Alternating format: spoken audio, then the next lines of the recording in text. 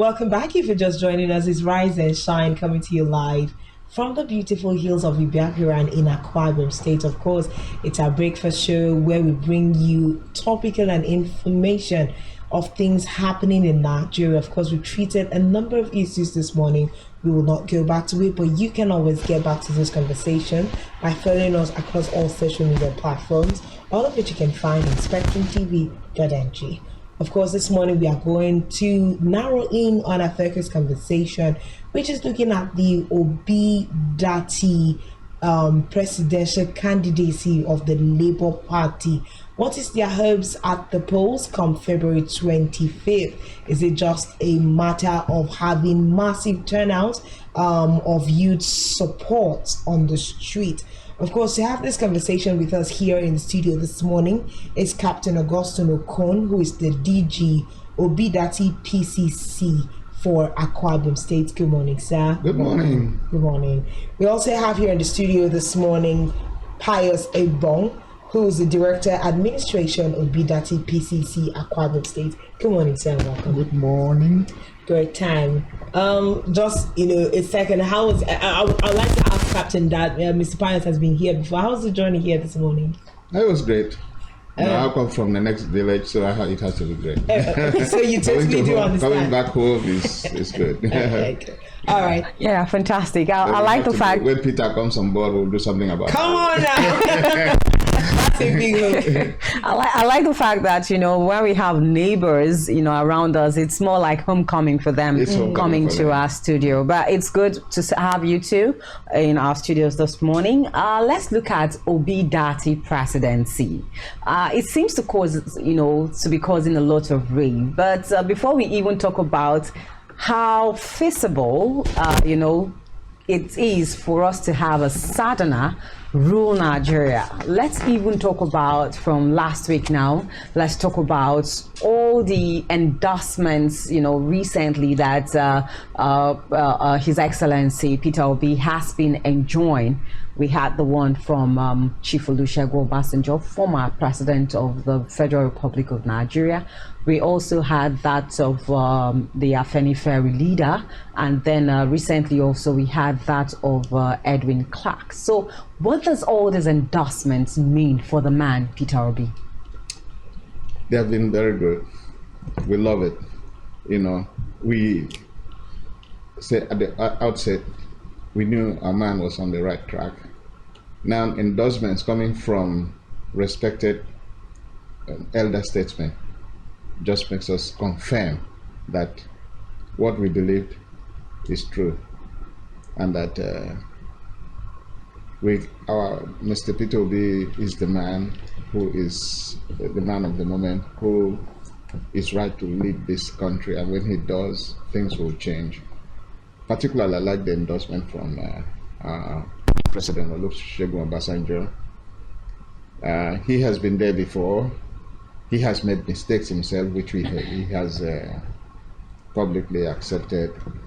And so he knows where this country has gone wrong, what can be done to put it back on track. And he speaks out his mind. This time again, he has come out strongly to support Mr. Peter Obi. That endorsement is very good. We applaud it. Okay, so one would always like to ask, because when it comes to the person of Peter Obi and like Ahmed Datti, his vice, it's more like a move that just caught Nigerians unawares because people were not ready. And one would ask, is it that do Nigerians really do believe in the candidacy of a Peter Obi and Datti, or we are just all following the trend of the move? See, Nigerians were sitting down helplessly and sitting on a boat or a train that was going downhill in the wrong direction. And all of a sudden, somebody comes up and speaks the language they want to hear. Somebody comes and gives them hope. So Nigerians are very happy. Say, now we have seen a man who can put a brake on the direction we go. Stop the reverse, get back to reset the button, and now head us in the correct direction. That's what has happened to Nigeria. That's why Nigerians are excited that somebody And Peter Obi is not a northerner, he's not a southerner, he's not an Igbo man, he's a Nigerian. He's speaking the language that Nigerians understand. That's why people are excited and happy that somebody has come out and now be the messiah of the people of Nigeria. Okay, he speaks for all of Nigeria, not for a particular tribe or religion. Peter Obi is a Nigerian, a true Nigerian, and that's what is exciting about him. Let me talk to Pius Ebong now. It's good to see how enthusiastic, Captain is about the man Peter Obi, and he has also said that it's more like he's a messiah.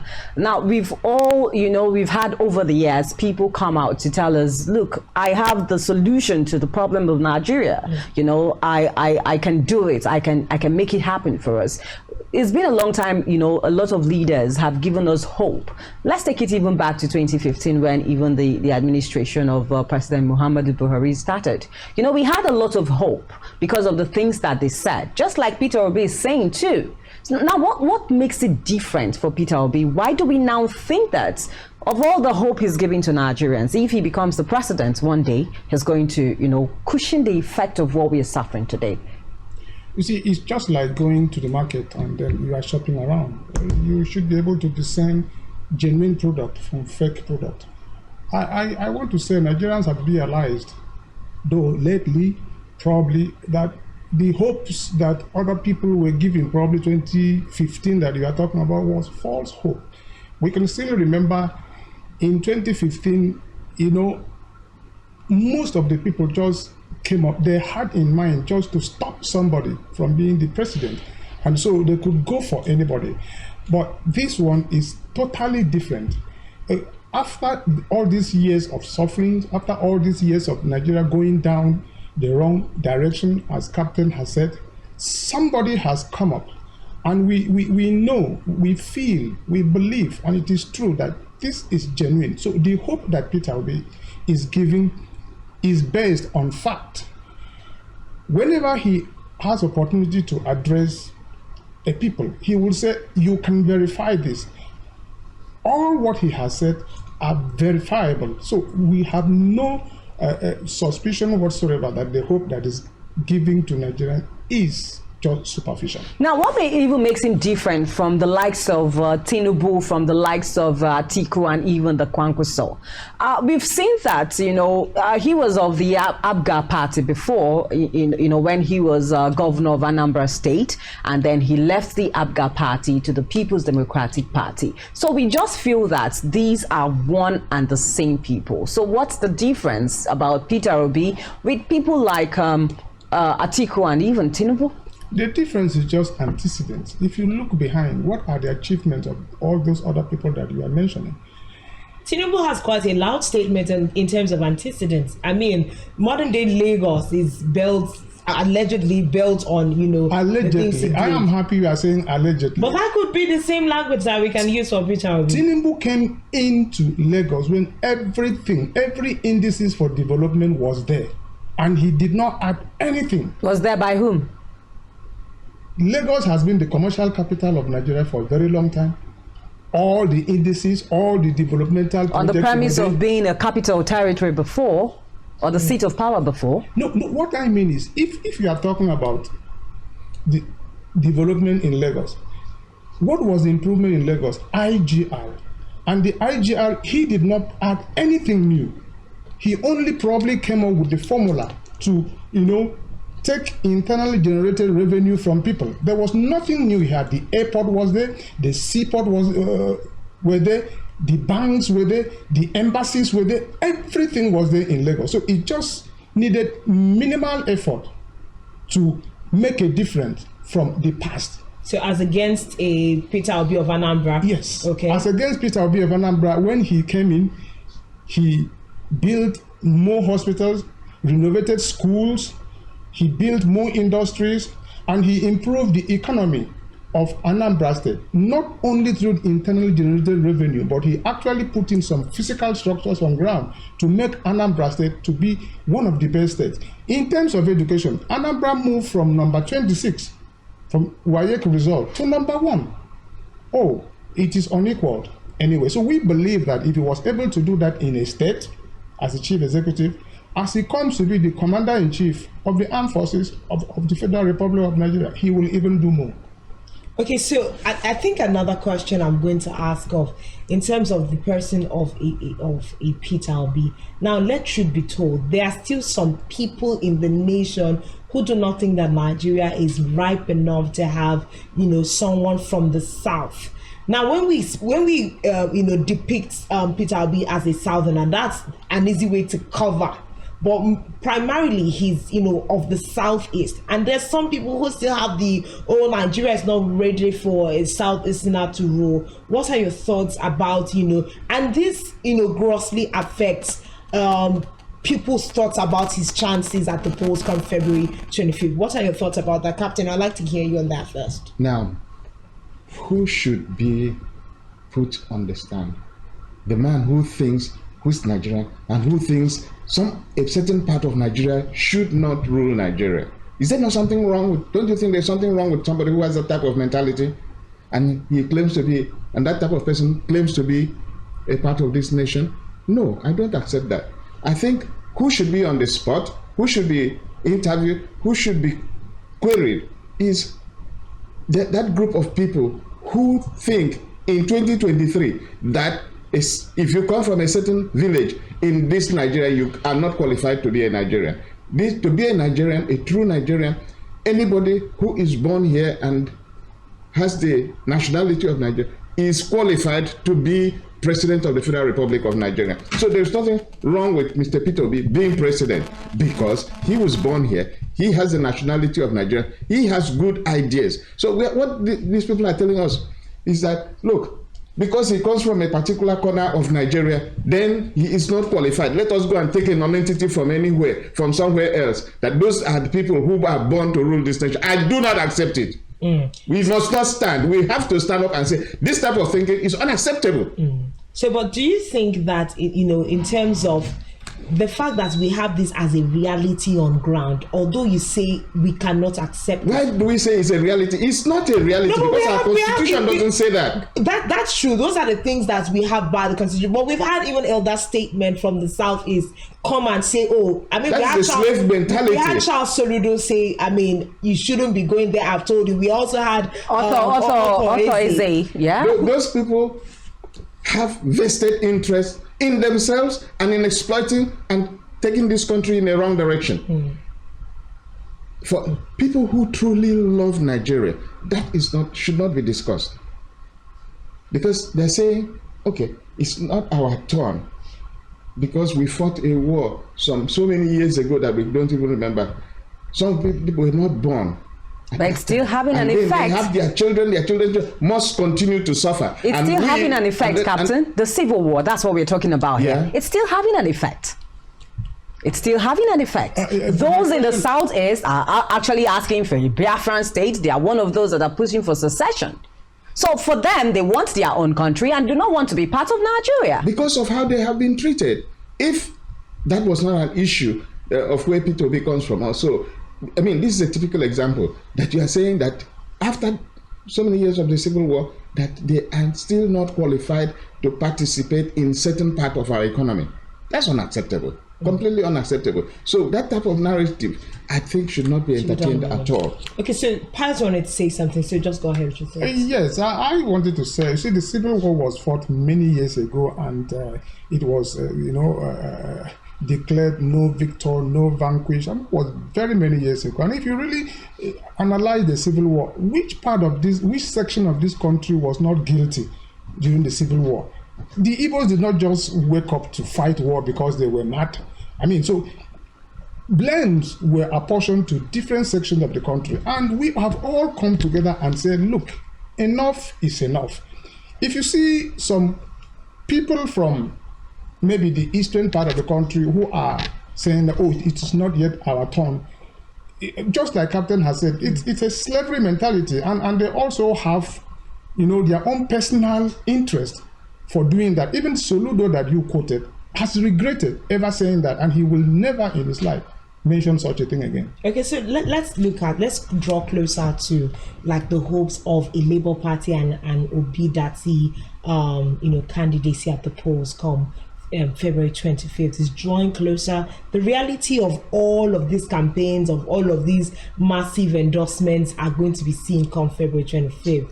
And so far so good. I and Janice were talking about this morning. INEC has said 43.5% of those eligible to vote this year are youths.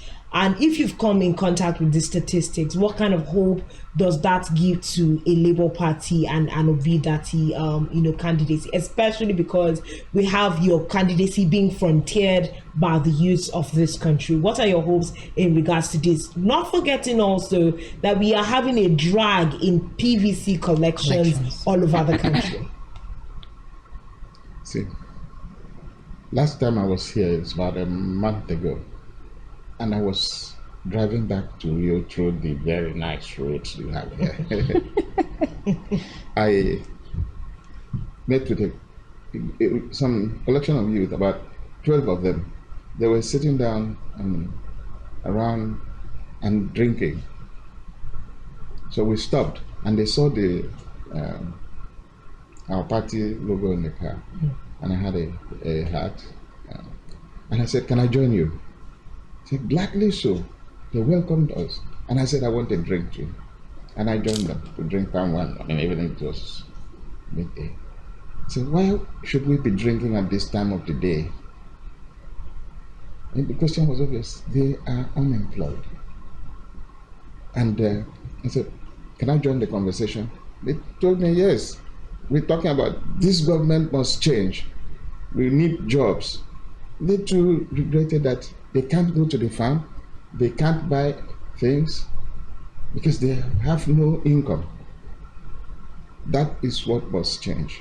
That is the hope. You see, the young people, this was time the ASU strike was still on. So university students were there. Those who are able-bodied and ready to work, they have no work. Why should somebody, a grown-up adult, who only life ambition in a village like this is to buy a motorbike, and end of story? That's the end of ambition. That if only I could have a motorbike and maybe have a beautiful girl sitting at the back. That's life ambition. Should that be so? These children, these youth are genuinely angry, and I'm in agreement with them. We have failed them over and over again. We have to give them hope. We have to create employment. We have to check the insecurity that is not allowing them. In this time, when I was a young man, many years ago, I grew up in this environment, and those who were rich were people who would go to what we call Panya. Panya is Equatorial Guinea. They would go with their boat. They would go fishing by the Bakassi waters. Come back with shrimps, big fish, nice fish, and then we call that zinc houses. They were the first to put up corrugated iron sheets on their houses. The rest of the houses were made of mat. So those who had money were people who were working, who were fishing, who were producing something. All of a sudden, that has collapsed because there's insecurity in the Bakassi area, and we, with all the goodwill in the world, ceded part of our own country to Cameroons. And the gendarmes do not allow them to go to apply their trade. So most of them are born into a society where even the traditional trade that gives production, they cannot practice it. Farming, they are not able to do it because these rascals have overtaken our forest, and Boko Haram.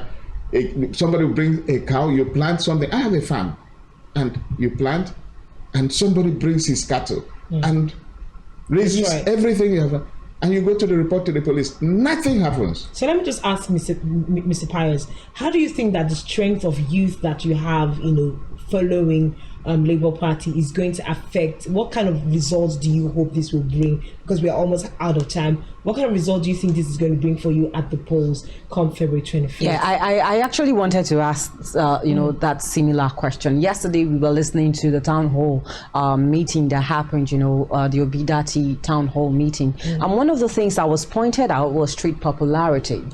They have on it as an advantage. How do we translate the street popularity that we are enjoying in Labour Party today to voting? Because that's where the whole thing lies. How do we translate it? It's not just about being popular on the streets, within the youth population. It's about voting. Are we going to be engaging in some form of vote buying? Because we hear that is what is going to take a toll, for the elections. Yes, I like stating statistics in this kind of situation. Okay. You see, in 2015, we had about 80-something million registered voters in Nigeria.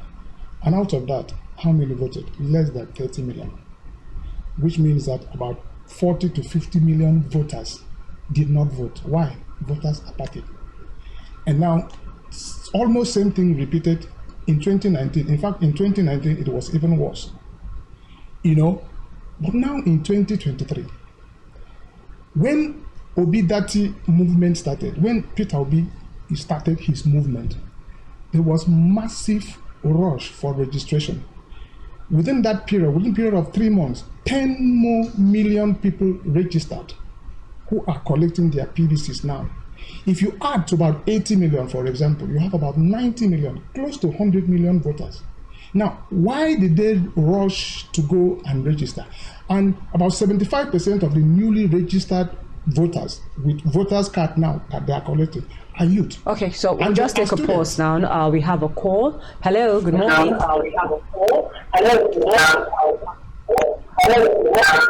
Please, can you turn down the volume of your TV set? We're having a holdback and it's not nice. Hello, good morning. Hello, good morning. What's your name and where are you calling from, please?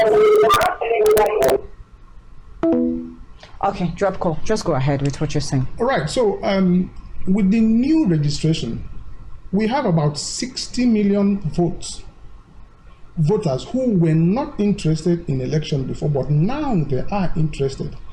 And you don't need rocket science to know that it is the entrance of Peter Obi Datti movement that has woken up these people. And about 75% of them, as I said, are in the region of youth. And most of them are students.